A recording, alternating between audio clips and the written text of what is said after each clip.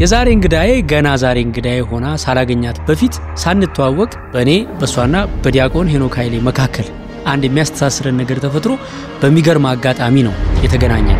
እኔ እሱን ገመና አውቃለሁ። ሳያስበው ራሱ ቃሉን ያወጣዋል። በቅሎልሽ እንደ አንቺ ማትወልጁ ልትባል ትችላለህ። ወደ 6 ምናምን ሆኖ ነበር። በቃ ኦልሞስት ሞቼ ነበር። የምናገረው ነገር ቸገረኝ። ላንቺ ለማስረዳት እኔ አልችልም። ለምን እየገፈተረን ይወሰደኝ ያወጣውትንም ቃል አላውቀውም። የመጨረሻ የማስታውሰው ጸሎቴ ምን እንደነበር ታውቃለህ? ያልዋጠችው ኪኒን የለም የተወጋችሁ መርፌ ያሳዝነኛል። አትስጠኝ ልጅ ግን እኔ ባንተ ደስተኛ ነኝ። ሐኪሞች ምንም ማድረግ አንችልም ብለዋት ነበር። ልብ አድርጉ፣ የጀርመን ሐኪሞች 7 ዓመት ብዙ ነው ማለት ነሐሴ ላይ አረገዝኩኝ። አራቴ በእውነት ተመለስ እግዚአብሔር ይመስገን ይደስታስላ አረገዝኩ በቃ። እንግዲህ እንደምታውቁት እግዚአብሔር ከሚሰጣቸው ጸጋዎች አንዱ ልጅ ነው። ልጅ ደግሞ ሲጸነስ ስሙን ማንን በለው የሚል ደግሞ ሐሳብ ይመጣል።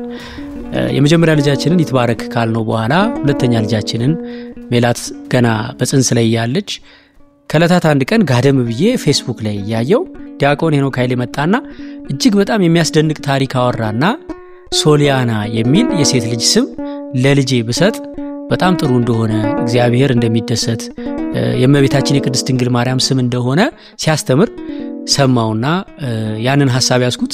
በኋላም እንዳያችሁት ሰይፋንታውን ሲጠይቀኝ የልጄን ስም ሶሊያና ልላስብያለሁ። ምክንያቱም ዲያቆን ሄኖክ ኃይሌ ውጭ ሀገር ሆኖ ነው ለአንዲት ሴት ድንግል ማርያም ያደረገችላትን ተአምር ሲያወራ ሰምቼው ነው ብዬ ሚዲያ ላይ ተናግሬ ነበር። በኋላ ወደ ቢሮአችን አንድ ስልክ ተደወለ፣ ከአመት በኋላ ማለት ነው። ይሄ ስልክ ሲነሳ ያቺ ዲያቆን ሄኖክ ኃይሌ ተአምሯን የመሰከረላት በአደባባይ የተናገረላት ሴት እኔ ነኝ እና ኮሜዲያን እሸቱ ልክ እንደኔ ልጅህን ሶሊያና ብለህ ስለሰየምክ በጣም ደስ ብሎኛል፣ ኢትዮጵያ ስመጣ ባገኘህ ደስ ይለኛል የሚል መልእክት አስቀመጠችልኝ ማለት ነው። ልጃችን ሶሊያና ክርስትናም ተነሳበት ቀን ነው። እኔ በጣም ነው የገረመኝ፣ ለማመን አልቻልኩም። ምክንያቱም የሆነ ቀን እንደቀልድ ተኝቼ ፌስቡክ ላይ ያየሁት ታሪክ እውነት ሆኖ ባለ ታሪኳን በአካል ማግኘት ማለት ተአምር ነውና ዛሬ እንግዲህ ያቺ ሴት የተደረገላት አስደናቂ ተአምር ምንድነው? ልጇን ለምንድነው ሶሊያና ብላ የሰየመችው? ከዛ እኔም ከሷ ኮርጄ ሶሊያና ብዬ ልጄን እስከ መሰየም ድረስ እንዴት ተጽዕኖ ልታደርግብኝ ቻለች? ታሪኩን ካንደበቷ ልንሰማው ነው። እንኳን በሰላም መጣሽ። እንኳን ደህና ቆየህ። እንተዋወቅ። ማን ልበል ስምሽን? ነጻነት ሙቄታ እባላለሁ። ጀርመን ሀገር ቆየሽ? ከ10 ዓመት በላይ ቆይቻለሁ። የሚገርም ነው። ዲያቆን ሄኖክ ኃይሌ በአውደ ምሕረት የተናገረው ተአምር በትክክል ያንቺ ነው? ማስረጃ አለሽ? ማስረጃ አለኝ። እሺ፣ ስለዚህ በመረጃ የተደገፈ ታሪክ ነው ማለት ነው። ያ ታሪኩን ካንደበትሽ ብንሰማው እኔ ራሴ በጣም ደስ ይለኛል። ከየት እንደምጀምርልህ አላውቅም። ባለቤቴ ከኔ ቀድሞኝ ነው ጀርመን ሄደው እና ከዛ በኋላ እኔ እሱ ከሄደ ከ3 ዓመት በኋላ ነው የሄድኩት። ጓደኝነታችሁ እዚህ ነው? እዚህ ነው። እሺ። አዲስ አበባ ዩኒቨርሲቲ ያሬድ ሙዚቃ ትምህርት ቤት ነበርና አብረን። እሺ። እና እዛ ነው የምንተዋወቀው። እሱ ቀድሞ ሄደ፣ ከዛ በኋላ እኔ ሄድኩኝ ማለት ነው። እሺ። ኦርቶዶክስ እምነት ውስጥ ያደግኩ ልጅ ነኝ። 5 ሴቶች ነን እና በሌላ የምንገናኘው ወንድሞች አሉኝ። እናቴና አባቴ በእኛ የክርስትና ህይወት ላይ ትልቅ ተጽዕኖ አድርገዋልና ከእግዚአብሔር ጋር ከመቤታችን ጋር ቤተክርስቲያን እንድንሄድ በደንብ ሰርተውብናል። እሺ። ስወጣ ያንን ይዤ ነው የወጣሁት ከሀገሬ። በቃ ትልቁን ነገር ይዤ ነው የወጣሁት። መቼም ሰው አይደለው አይምሮዬ ውስጥ አንድ ጥያቄ ተፈጠረ። ከያሬድ የሙዚቃ ትምህርት ቤት ብለሽኛል ቅድም። አሁን ደግሞ በጣም በቤተክርስቲያን በክርስትና ነው ወላጆች ያሳደጉኝ ስትይ እንዴት ያሬድ የሙዚቃ ትምህርት ቤት ልገቢ ቻልሽ? ምክንያቱም በመጽሐፍ ቅዱስ ሙዚቃ አይፈቀድም። ኖርማሊ የምትማረው ያሬድ ሙዚቃ ትምህርት ቤት ዘፈን ሳይሆን ሙዚቃ መሳሪያ ክላሲካል ነገር ነው የምትማረው። ፈቃደኛ አልነበሩም። እሺ። እኔ ያው ገፍቼ ነው ወጥቼ እማራለሁ ፈልጋለሁ የራሴ ፍላጎት ስለሆነ። ምን አጠናሽ እዛ ገብተሽ? ቫዮሊን አጥንቻለሁ። እሺ። ቫዮሊን ተመርቄያለሁ። ፒያኖ እንደ ማይነር ተምሬ ነው የወጣሁት። እሺ።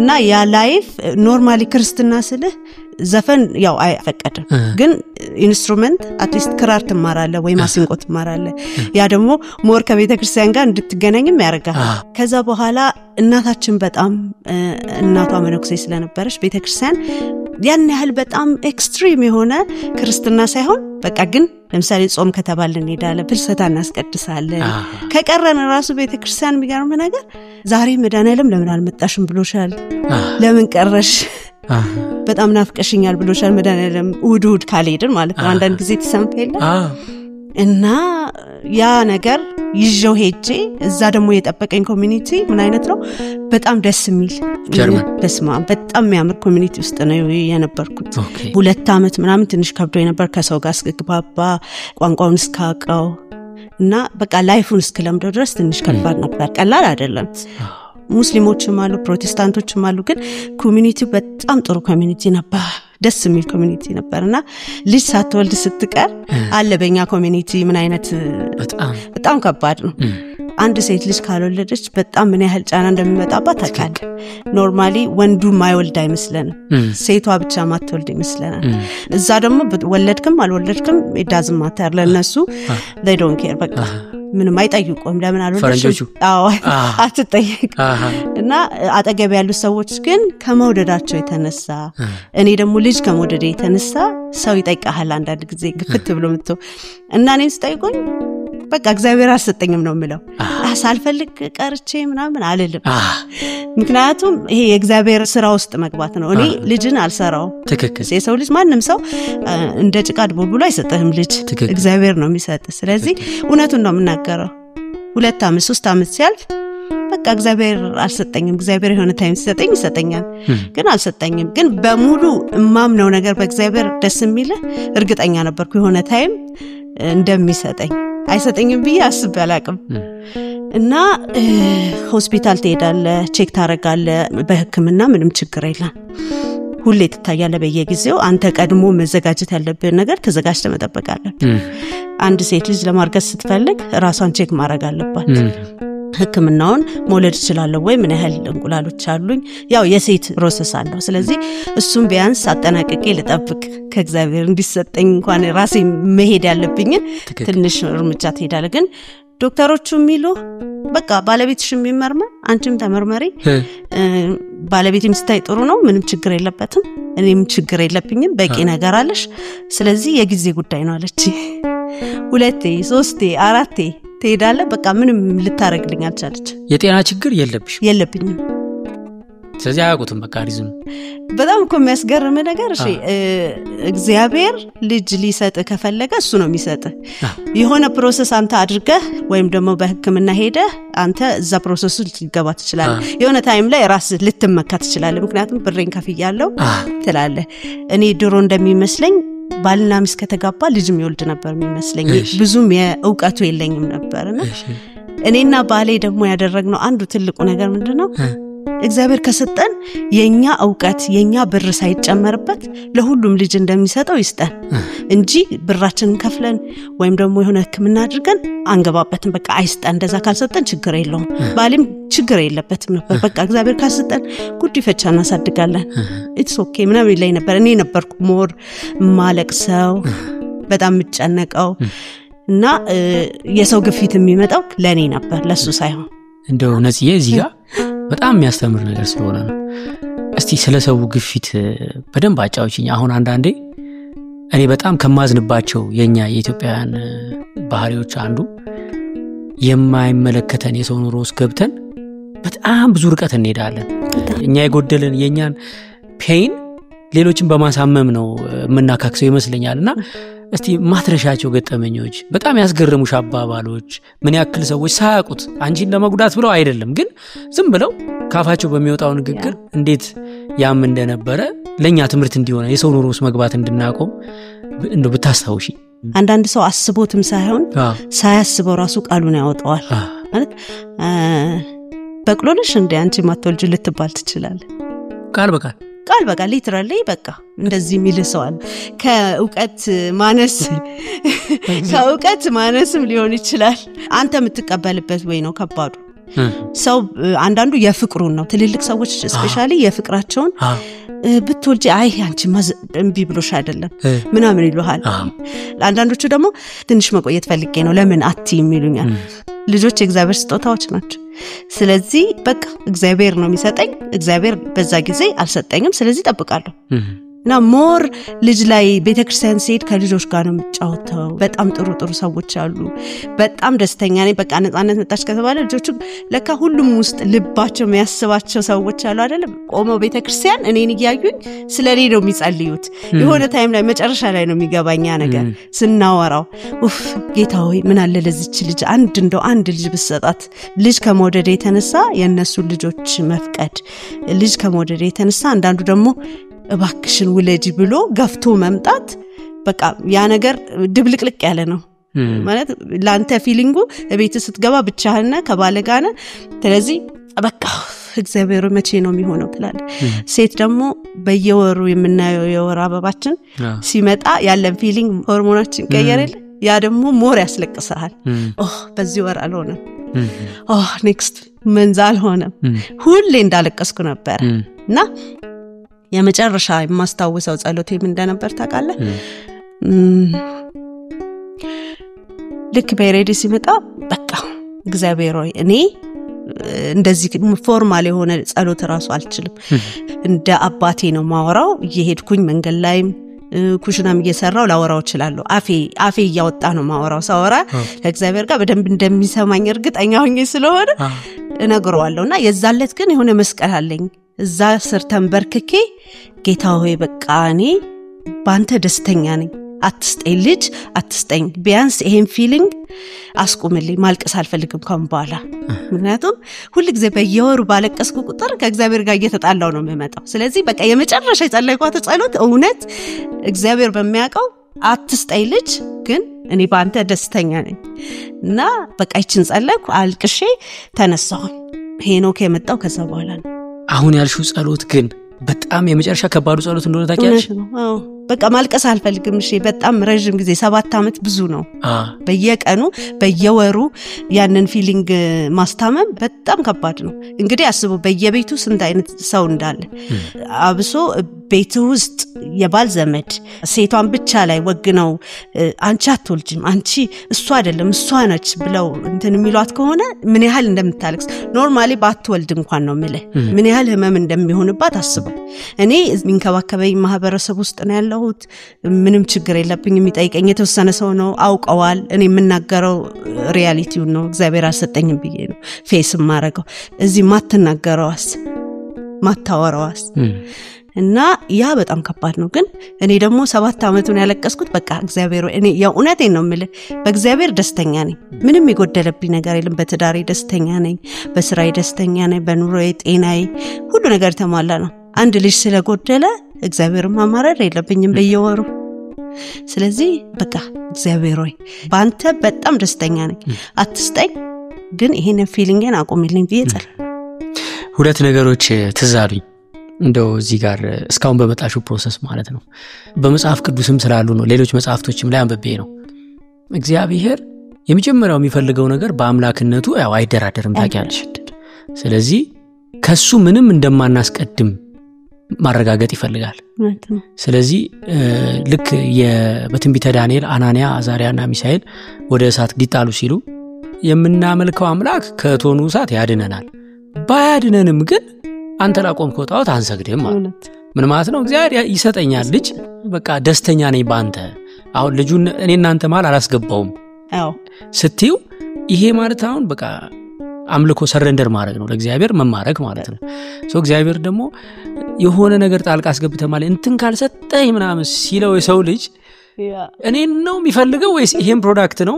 እሚል ይመስለኛልና ያንን የጣልሽው አንቻው በቃ መሃል ላይ ገብቶ ደስታሽን ያጥቅሽ የነበረውን ልጅ የሚባል ሐሳብ አውጥተሽ ስትይ በቃ ባንተ ደስተኛ ነኝ ጌታ ይሄ ቀላል ነገር አይደል ትልቅ አምልኮ ነው አንድ ሁለተኛ ደግሞ እንዲሁ በይስሐቅና አብርሃም ታሪክ አንድ ጸሐፊ ነው ምን አለ እግዚአብሔር በኋላ ይስሐቅን ሰዋ ልጅ እንደሚለው ያውቃል ዓለም ሳይፈጠር ያውቃል ስለሚያውቅ በጉብዝናው ወራት ይስሐቅን አልሰጠውም ማለት በጉብዝናው ወራት ቢወልድ ኖሮ አብርሃም ማለት ወጣት ያለ ቢወልደው ኖሮ ሰዋልኝ ሲለው ምናልባት ሊሳሳ ይችል ይሆናል ግን ሞክሮ አቅቶት የሳራም ልማዷ ከቆመ በኋላ አብርሃምም ከደከመ በኋላ ልጅ አላገኝም ብሎ ተስፋ ከቆረጠ በኋላ ሰጪ እግዚአብሔር እንደሆነ ልጅን የሚሰራ እግዚአብሔር እንደሆነ አሳምኖ ስለሰጠው በኋላ ሰዋልኝ ሲለው አላመነታም ማለት ለምን የልጅ የኔ በጉልበቴ በፍሬ ያመጣውት አይደለም የእግዚአብሔር ስጦታ ነው ብሎ በማሰብ ባንቺም ህይወት አሁን ሐኪም ቤት ሄዳችሁ ተመረመራችሁ ገንዘብ ከፈላችሁና ስታዩት ምንም ችግር የለም አሉ ሐኪሞቹ ሊሰጡሽ አልቻሉም ያን ልጅ ስለዚህ እግዚአብሔር አሳምኖ የሚሰጥበት ደረጃ አደረሰሽ ማለት ነው በ7 አመት ውስጥ በጣም አይገርም በጣም የሚደንቅ ነው እሺ ከዛ በኋላ በቃ ባንተ ደስተኛ ነኝ ካልሽ በኋላ ምን ተቀየረ ወዲያው ዲያቆን ሄኖክ እኛ ጋር መጣ ለአገልግሎት የመጀመሪያ ጊዜ ነው የመጣው እኔ ማላቀውም እሱ ማያቀኝም እሺ በስብከቶቹ ማታቂው ስብከቶቹን አቃለሁ ተሰማዋለሁ ቅዱስ ማርቆስ ነው የኛ ደብር እዛ ያለን እሺ ቅዱስ ማርቆስ በሚያዚያ ይነክሳል እኛ ጋር ሚያዚያ ቅዱስ ማርቆስ 30 ሆኖ ግንቦት አንድ ቀን ምንም ልዩነት የላችሁ በነጋታው ግንቦት አንድ ነው ምናከብረው ግንቦት አንድ ኃይለኛ የሚከበርበት ከተማ ነው እኛ ከተማ ማለት ነው እና መምህር ሄኖክ ሲመጣ መደዳውን አንድ ሳምንት ሊያስተምረን ነው ለካ እዛ ሊቆይ ነው የመጣው አላወኩም እኔ እና ቅዱስ ማርቆስን ስናከብር ሳይሆን ነው እንዴ መምህር ሄኖክ ነው እንዴ ምናምን ብዬ በቃ ውስጥ ዝም ብሎ እንትን ሚለው አይደለ ኦኬ እሺ ምናምን ብለን ደግሞ አይመጣልንም ብዙ አስተማሪ ስለማይመጣልን አንድ አስተማሪ ለመጣ በቃ ስራችንን ጥለን ምናምን ነው በጣም ክርስትና የሚወድ ከተማ ነው የኛ ከተማና ሳየው በቃ እሱም አንድ ሳምንት ሊቆይ ነው ስለዚህ ማታ ላይ ነው ልደታን ምናከብረው ወደ 12 ሰዓት ላይ ይጀመራል እኔ የምወጣው ከስራ 1 ሰዓት ነው ተሯሩጠን በቃ 1 ሰዓት እኛም ብራችንን ጥለን እየሮጥን ብዙ ሰዎች ማለት ነው ወደ 67 ሰው የሚሆናል ከዛ ልደታ ተከበረች ዛን ቀን አስተማረን ስለ መውለድ ነበር ያስተማረውና ስለ መቤታችን እንዴት እንደተወለደች ኢያቄምና ሐና ራሱ ቆይተው እንደወለዷት የስለት ልጅ እንደሆነች እሱን አስተማረና በቃ ልጅ ከወለዳችሁ እንደውም ሶሊያና በሏት ምናምን አለ የዛኔ አንድ ጓደኛዬ ከፊቴ ቁጭ ብላለችና ዞራለችና ነዚህ ሴት ከወለድ ሶሊያና ትያታለሻለች አንደኛው እንዲያውም ሴት ልጅ ከወለድሽ ቅድም እንደተማርነው ሶሊያና ብለሽ ትጠሪያታለሽ አለቻት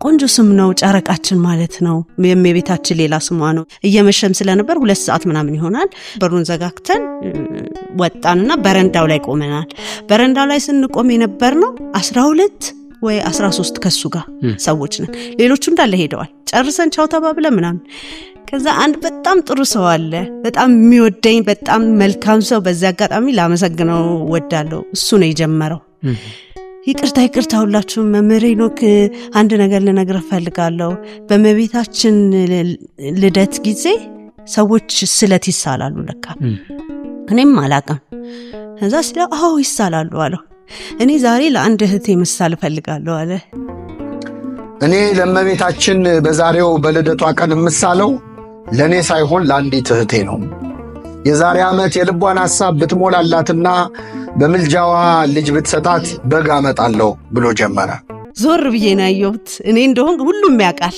እዛ ጋር 12 ነን እንግዲህ ምልህ ጥሩ ሰዎች በጣም እንግባባ አብሬ ቆም ያለው በቃ እሱ ሲናገር ድንግጥ ነው ያልኩት ምክንያቱም አላሰብኩትም ለኔ ይጸልይልኛል ብዬ በጭራሽ አላሰብኩም ሲል ባለቤቱ ነበረች ተከተለችው የዛሬ አመት ልጅ ብትሰጣት እንዲያደርጋለሁ ሌላው ቀጠለ እኔም እነሱ ያሉትን መቤቴ በመልጃዋ ብታሳካላት ምን አለፋችሁ ሁሉም ተራ በተራ በእንባ እየታጠበ ስለ አንዲት ወጣት ልጅ ማግኘት ስለት መሳል ጀመረ ለነዚህ ልጅ ከተሰጣት እኔም እንደዚህ ያደርጋሉ ያለ ሁሉም ተሳለ ከዛ እኔና መምህር ሄኖክ ቀረ ከዛ እኔ በቃ ያለቀስኩ ነበር የሰውን ስለት እየሰማች አንዲት እህት ማልቀስ ጀመረች ለ7 አመታት ልጅ ለመውለድ ተስፋ ስታደርግ ቆይታ ሐኪሞች ምንም ማድረግ አንችልም ብለዋት ነበር ልብ አድርጉ የጀርመን ሐኪሞች 5 ጊዜ ያህል ብትታይም በሕክምና ምንም ማድረግ አልተቻለም ማለት ያለብኝን ራሱ አላቅም መሳል ነው ያለብኝ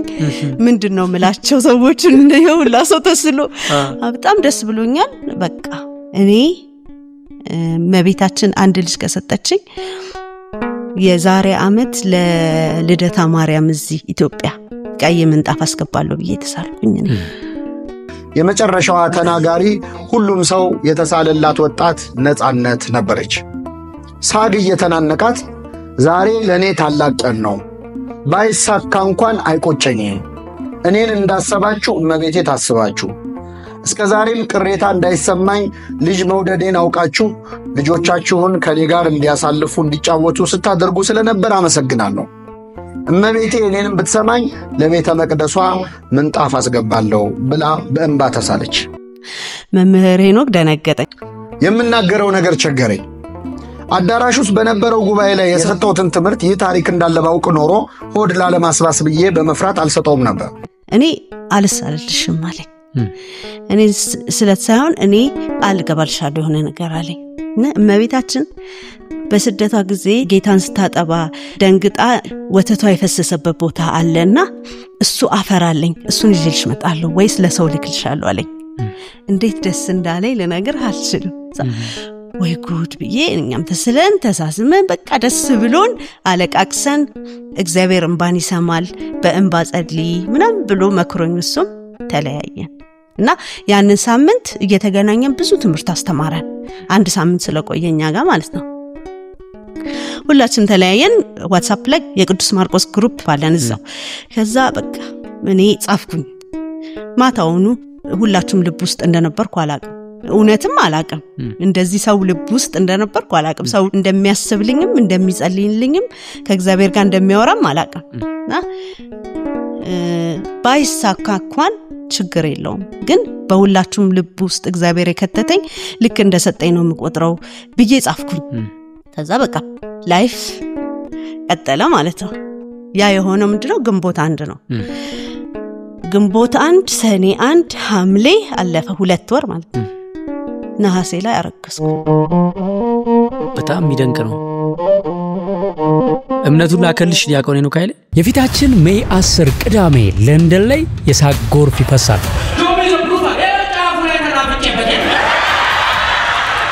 በሲያትል፣ ሚኒሶታ፣ ሎስ አንጀለስ፣ ሳን ፍራንሲስኮ ኢትዮጵያውያን እናቶች፣ አባቶች፣ ወጣቶችና ታዳጊዎች ከልባቸው የሳቁበት ኢትዮጵያዊ ለዛ ባለው ስታንድ አፕ ኮሜዲ በደንብ የተደሰቱበት ኢኮኖሚ ክላስ የተሰኘው ስራ እናንተ ጋር ሊመጣ ነው። ለንደኖች ዝግጁ ናችሁ? ጥርሳችሁን ፍቃችሁ የሚገርምና የማይረሳ ምሽት ከኔ ጋር አብረን እናሳልፋለን። ከወዲሁ ቦታ ለመያዝ ይህንን ባርኮድ ስካን አድርጉት። ሳይልክልኝ ሳናወራ ሳንገናኝ አልጻፍኩለትም። እሺ አረገዝኩ በቃ። እና በቃ ምን ማለት እንዳለብኝ ራሱ አላቅም። ለማን ነው መናገር ያለብኝ? እቺ ለሳምፕል የምትወስዳት ነገር አለች አይደለ? እሷ እስከ ዛሬ አለች እቤት። በጣም እና አዎ የመጀመሪያ እርግዝናዬን ሳቅ በቃ ማውራት አለብኝ። ለማን ነው የምናገረው ብዬ ባለቤቴ ነገርኩት። በቃ ዝም በይ አለኝ። አትንገሪኝ ዝም በይ ምናምን አለኝና ነሐሴን ዋጥኳት። ሐኪም ቤት ሄድኩኝ። 4 ሳምንት ሲሆን ሲሄድ አወርጉዝ ነሽ አለችኝና 8 ሳምንት ሲሆን እናየዋለን ባልትራሳውንድ አለችኝ። እና እንግዲህ እርግጠኛ ስሆን ነው ማውራት ያለብኝ አይደለ? ስለዚህ ፈራው ማውራት ለማንም አልተናገርኩም። ከዛ 8 ሳምንት ሲሆን ድጋሜ ሄድኩኝ ማለት ነው።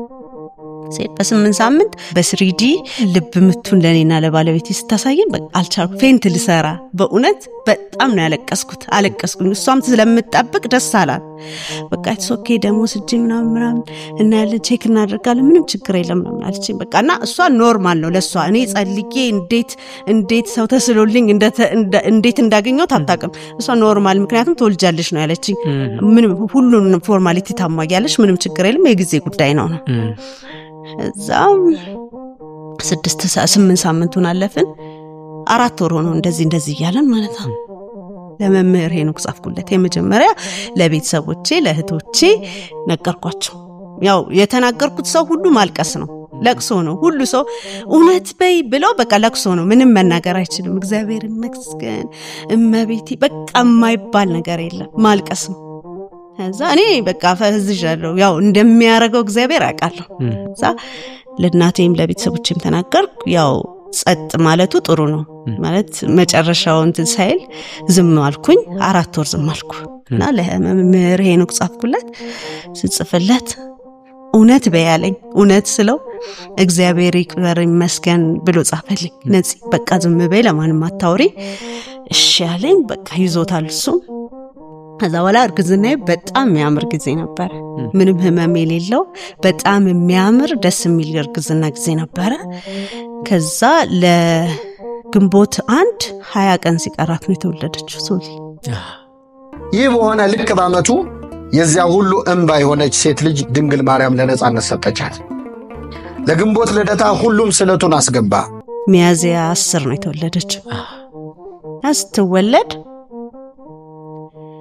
ሰይጣን አንዳንድ ጊዜ አንተ ደስታ ሙሉ ላለማረክ በጣም ይፈትናል ወይ ደግሞ ይገባና ያበላሽብሃል ለወልድ ሆስፒታል ከባለቤቴ ጋር ሄጄ በምጥ ነው የወለድኩት በጣም ያስገረመኝ ነገር እግዚአብሔር ለሌላው እንደምትሰጠው ለሁሉም ሰው እንደምታረቀው ለኔም አርግልኝ ብዬ ነበር እና በምጥ ነው ምትወልጂው አይቻልም ብላኝ ዶክተሬ ነው ትችያለሽ ችግር የለብሽም በምጥ ነው ምትወልጂው ብላ በምጥ ነው የወለድኩት እና ስወልድ ሚድናይት ላይ ልክ 00 ሲል ነው የወለድኳት ሶሊ ምጤ ረጅም ነው የሚባል አይደለም ኖርማል ነው በመርፌ ነው ምንም የተወጋጋውት ነገር የለም የምጥ ማምጫ ተሰጥቶኝ የሽንቷ ስለፈሰሰ ከዛ በኋላ ተወለድሽ በኖርማል ማለት ነው ከዛ በኋላ 0 ሰዓት ወልጄ 30 ደቂቃ ስቲች ልደረግ ልጅቷን ይዣታለሁ እንግዲህ ሶሊያና ተወልዳለች ባለቤቴም እዛው ነው አብረ ነበር የሆነ የሜዲኬሽን ስተት ተፈጠረ ምንድነው ልክ ስቲች ሲሰፋ አርተሪ ነኩት እሺ አርተሪ ሲነካ እዛ አካባቢ ብዙ አርተሪዎች አሉ ይባላልና ደም ፈሰሰኝ የሆነ የደም ስር ቬኑ እሺ እሱን ወጋች እሰፋለሁ ብላ በቃ ሳታስብ ወጋች በምን ተያዘኝ በቃ ፕሮፌሰሩ አዋልዳኝ ሄዳለች ሌላ ቦታ እሺ ዶክተር ነች ያለችው ምክትሏ ከዛ በቃ ስትመጣ እኔ አልቦኛል በጣም ብዙ ደም ፈሶኛል ኢመርጀንሲ ነው ይመጣሉ አንስቴዣ ሊሰጡኝና እንት ሊደረግልኝ አየር እንዲሰጠኝ ኦክሲጅን እሺ ና መጣች ምንድነው ያረክሻት ምናምን ስትላት ነው ትዝም ይለኝና ምንድነው ያረክሻት ምን ሆነች ስትላት አላቅም ደምኬት እንደሚመጣ ምናምን አለቻት በጣም ፈሶኝ በቃ አላበኝ ሲያልበኝ ከዛ በኋላ የመጨረሻ እግዚአብሔር ወይ እንደዚህ አልተነጋገርንም ምን እናንተ እመቤቴ እኔ እናንቺ እንደዚህ አልተነጋገርንም እንዴ ያልነበረም የተነጋገርነው ስል አንስቴዣውን አረጉልኝ ከዛ በኋላ ይነቃው ጠዋት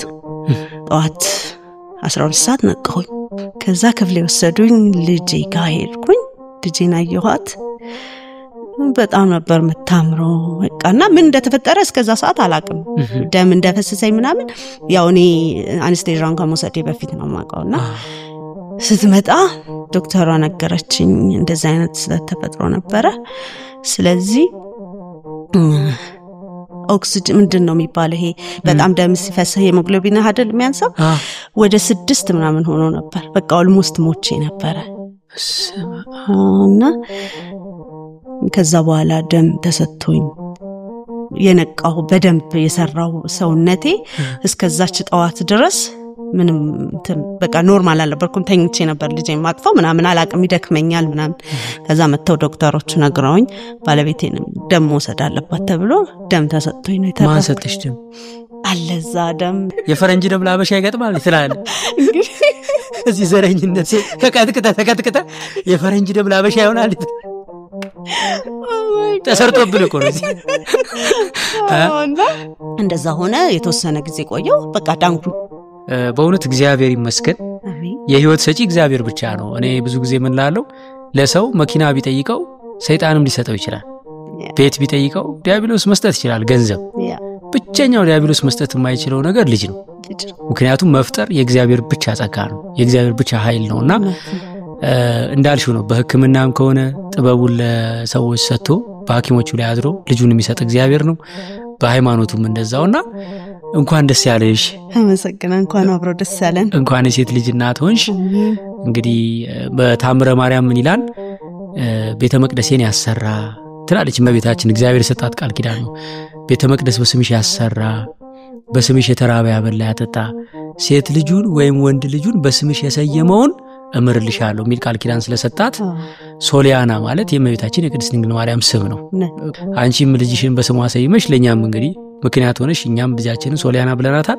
ታዲያ ስለቱን አስገባችሁ ወይስ እንዴት ሆነ ተስላችሁ ነበር ስለቱ አዎ በአጋጣሚ ያው የ20 ቀን ልዩነት ነው እኔ አራስ ሆኜ ነው ማለት ነው 20 ቀን በኋላ እናቴ መጣች እኛ ስለታችንን አስገባን በጣም ብዙ የሚባል ስለት ነው የነበረው በዛ ላይ ብዙ ሰዎች ተነግሯቸው በይስማ ከሌላ ከተማ የሚመጡ ሰዎች አሉ ለመሳል ማለት ነው እንዳንቺ ልጅ እንድትሰጣቸው ሊሳሉ እዛ ደብር መምጣት ጀመረች አዎ የሆነች ፍራንክፈርት የምትኖር ልጅ ነበረችና እኛ ጋር ነበር የምትኖረው ቀይራ ሄዳ ሰምታ መታ ተስላ እሷን ባመት ወልዳለች አራተይ በእውነት እግዚአብሔር ይመስገን እውነት በጣም ደስ ይላል በጣም ደስ የሚለውና የነበረው ሰው በጣም ተገርሟል የእውነት አልመሰለንም ነበር በዛ ላይ ደግሞ ያ የነበረው ፕሮሰስ በጣም አስጨንቋቸውም ነበር የኔ መታመም ከዛ በኋላ አልፎ እሱ ሶሊን ይዤ ነው መጣሁት ቆይ ስለቱን ከክርስትናው በፊት ነው ያስገባችሁት ከክርስትናው በፊት ነው ስለቱ ለምን ልደታ ማርያም ከዛ በፊት ነው የሆነች በእለቱ ነው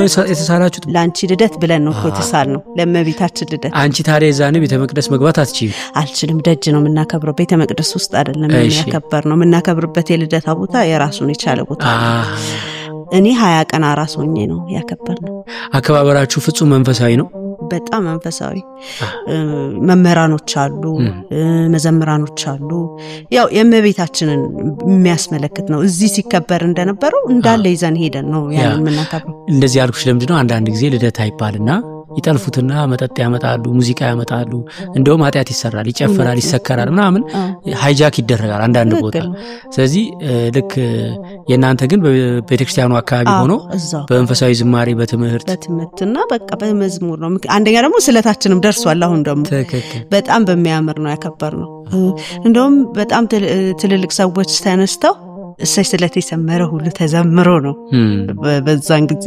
የተከበረውና ደስ የሚል ጊዜ ነበር በጣም ትልቅ ነገር ነው የተሰራውኛ ከተማ በቃ የሚወራ የሚደረገው ነገር በጣም የሚያምር ነበር ስለዚህ ቀድሞ ነው የተነገረው ዜናው ሁሉ ቀድሞ የሰማው ሰው ማአት በስተን ነው ያከበርነው እና በዛ ልምድ አሁን ሶሊ 8 አመቷ ነው በ8 አመት ጊዜ ውስጥ በጣም ብዙ ስለቶች ደርሰዋል ከዛ በኋላ እና ሁሌ እናከብራለን ክርስትናው እንዴት ነበር ክርስትናው ሲደርስ መምህር ሄኖክ መጣ አረተይ ያው መምህር ሄኖክ የደረሰው ያው ሰምቷል ሁሉ ነገር ደርሶታል እና ክርስትናው ላይ ደረሰ በአጋጣሚ እሱ ነው ክርስትና ያነሳት መዘግየቴ ለበጎ ሆኖ የህፃኗ ክርስትና ላይ ደረስኩ ክርስትና አንስተን ቀድሰን ለመናዋ ክብሯ የልጇም ቸርነት በእውነት ይደርብንና እመቤታችን ያደረገችው ተአምር ይህ ነው ለማለት በቃለሁ የምናቀው እንድንናገር ያየነው እንድመሰክር ምስክርና ተቀበሉ ገዳሚው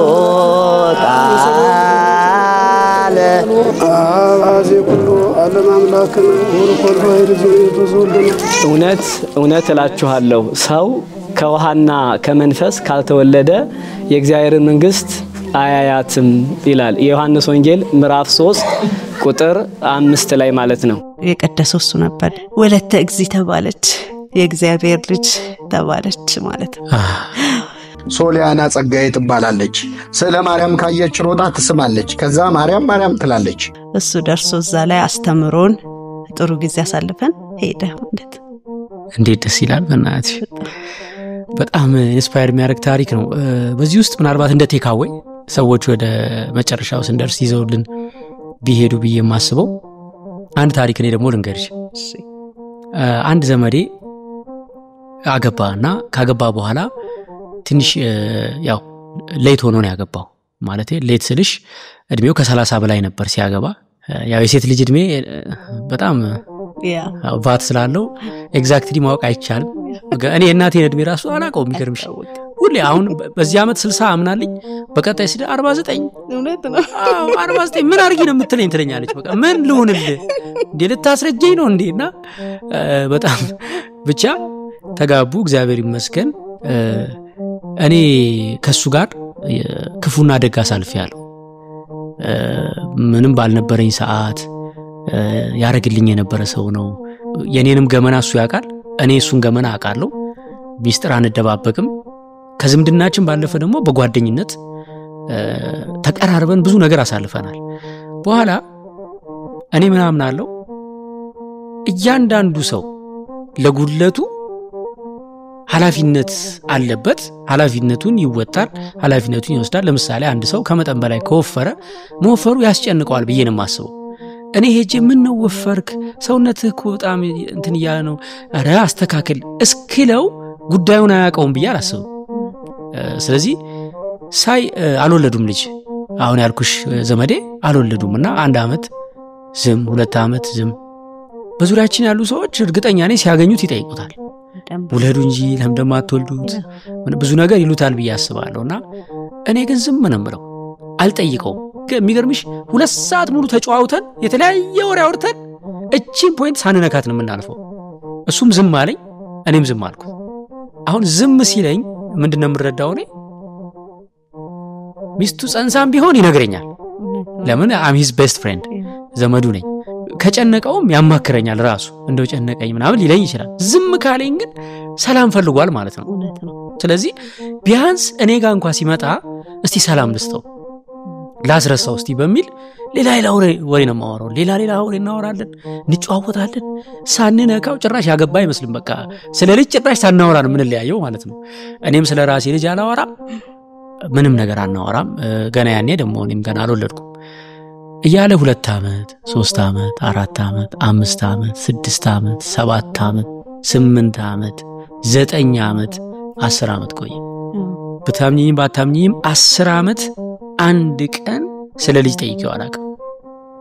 ለምንድነው እንደውም አንዳንዴ ፈራለሁ ይቀየመኝ ይሆን እንዴት አትጠይቀኝ የሚለኝ ይሆን ግን ምን ጨምርለታል አውቀዋለሁ። በዙሪያችን ያለ ሰው በሙሉ የማይመለከተውን እንደሚፈተፍት አውቀዋለሁ። አትወልድም እንዴ እድሜ እኮ እየሄደ ነው ምንድነው የምትጠብቁት ያው ቤት እንደዚህ ገዛ ሁሉ ነገር አለው በቃ ሁሉ ነገር እግዚአብሔር ባርኳቸዋል በሀብት ማለት ነው።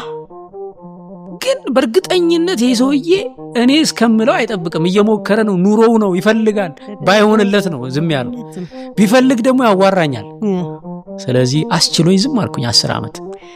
ከዛ አንድ ጊዜ ምን ሰማው አንድ ዘመዳችን ውጭ ሀገር ለህክምና ሄደዋል እሱና ሚስቱ እና ሞክረው በህክምና አይ ቲንክ እንደዚህ እንድትጸንስ ይደረጋል መሰለኝ ያንን ሞክሮ ባለቤቱ ጽንስ ይዛ መጥቷል እንኳን ደስ ያለ በለው አለኝ። አሁንም ዝም አልኩኝ እንኳን ደስ ያለ አላልኩ። ለምን አልነገረኝም ቢፈልግ ይነግረኛል። እርግጠኛ ነኝ ቅድም አንቺ እንዳልሽው ፈርቶ ነው እስቲ ይረጋገጥ እስቲ ምናምን ገብቶሻል ገና እርግጠኛ አይደለም ማለት ነው። አውርቼ ደግሞ በኋላ ፌል ቢያረግ መልሼ ሰው አፍ ውስጥ ገባለ ብሎ ነው ዝም ያለኝ። ይሄንንም ማክበር አለብኝ። ሰው ዝም አልኩኝ አቃለው እንገናኛለን አልጠይቀውም ሌላ ወሬ እናወራለን እንጫወታለን። መጨረሻ ላይ ጸጥ ብዬው 9 ወር ሞላ ማታ ቤት ስገባ አንድ ቀን ሜላት እከሌ ከወለደ አለች። በጣም ደስ አለኝ። ምን እንደተሰማኝ አላውቅም። ልክ እሷ ስትነግረኛንን ጸሎት ቤት ስላለን በቃ ወደዛ ነው የሄድኩት። ምን እንደተሰማኝ አላውቅም። ስሜቱን በቃላት ማላውቀው በህይወቴ እንግዲህ 35 አመት 6 አመት ስኖር ብዙ ስሜቶች አስተናግጃለሁ። ሐዘንን አውቀዋለሁ ደስታን አውቀዋለሁ ምናምን ያን ስሜት ግን አሁን ላንቺ ለማስረዳት እኔ አልችልም። ለምን እየገፈተረ ነው የወሰደኝ ወደ ጸሎት ቤት ያወጣውትንም ቃል አላውቀው ለማልቀስም አልቻልኩም ለማልቀስም ፈለኩ። ዝብርቅርቅ ያለ ስሜት ነው የተሰማኝ ደስታ ማለት ነውና ውስጥ ያስበው ነበር ማለት ነው። በጣም ነው እኮ ውስጥ እኮ ይጨነቃል ማለት ነው። ከዛ ግን እንዳልኩሽ እኔ ተጨማሪ በርደን መሆን አልፈልግም እዚህ ሰውዬ ላይ እሾክ መሆን አልፈልግም። እኔ ጋር ቢያንስ ሰላም ያገኝ በቃ የሚል ነበር ፕሪንሲፕል። ከዛ ወለደ። አሁን ማውሪያ ጊዜ አሁን ነው ወልዷል ኦሬዲ እግዚአብሔር ልጅ ሰጥቶታል። ስለዚህ እኔ አሁንም የሚገርምሽ ሄጄ እስቲ ጠይቀዋለሁ ጉዱን 10 አመት ሙሉ እንዴት ነው ያሳለፍከው ብዬ ጠይቀዋለሁ ብዬ ሲሄድ ገና ሳይድ ጀመረው እሱ ይዞት ነበር ነገር ገና ምትስል ማለት ነው ጀመረው። ምን እንዳይን ታውቂያለሽ? እሺ 10 አመት ሙሉ ባለቤቴ በመቶዎች የሚቆጠር መርፌና መድኃኒት ወስዳለች። ያልሄድንበት ሐኪም የለም ያልዋጠችው ኪኒን የለም የተወጋችው መርፌ ያሳዝነኛል በጣም ብዙ። እኔ ቢሮ ስገባ ሁሉ ጊዜ መድኃኒዓለም ጋር ነው ቢሮዬ እያለቀስኩ ነው የምገባው አለ። አሁን ይሄን ሰውዬ ምን ብዬ ነው እኔ ከሱ በላይ አዋቂ ልሆን ማለት ነው።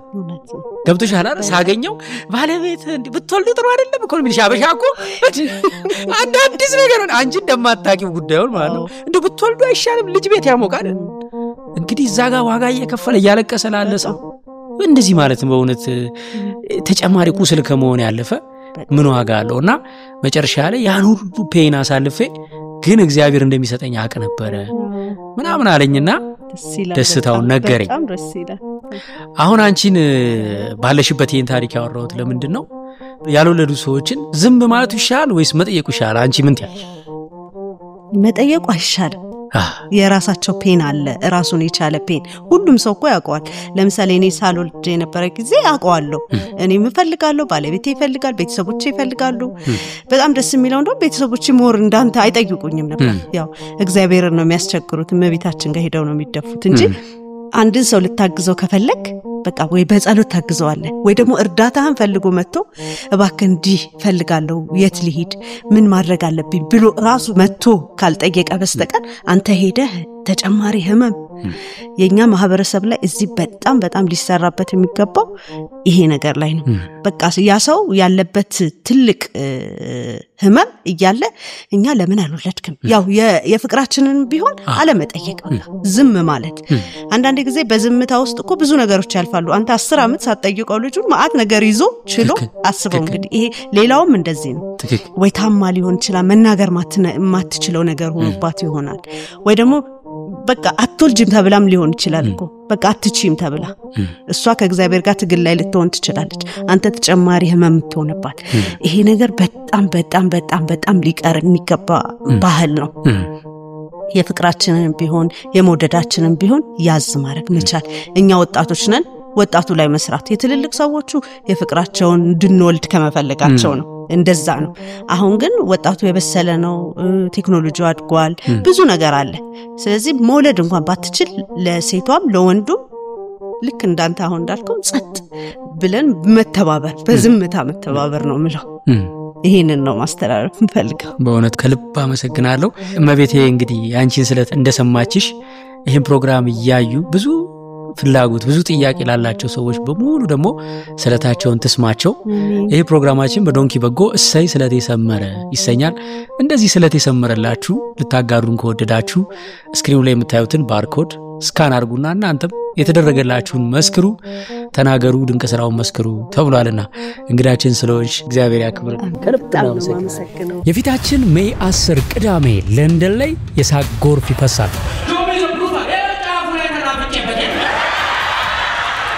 በሲያትል፣ ሚኒሶታ፣ ሎስ አንጀለስ፣ ሳን ፍራንሲስኮ ኢትዮጵያውያን እናቶች፣ አባቶች፣ ወጣቶችና ታዳጊዎች ከልባቸው የሳቁበት ኢትዮጵያዊ ለዛ ባለው ስታንድ አፕ ኮሜዲ በደንብ የተደሰቱበት ኢኮኖሚ ክላስ የተሰኘው ስራ እናንተ ጋር ሊመጣ ነው። ለንደኖች ዝግጁ ናችሁ? ጥርሳችሁን ፍቃችሁ የሚገርምና የማይረሳ ምሽት ከኔ ጋር አብረን እናሳልፋለን። ከወዲሁ ቦታ ለመያዝ ይህንን ባርኮድ ስካን አድርጉት።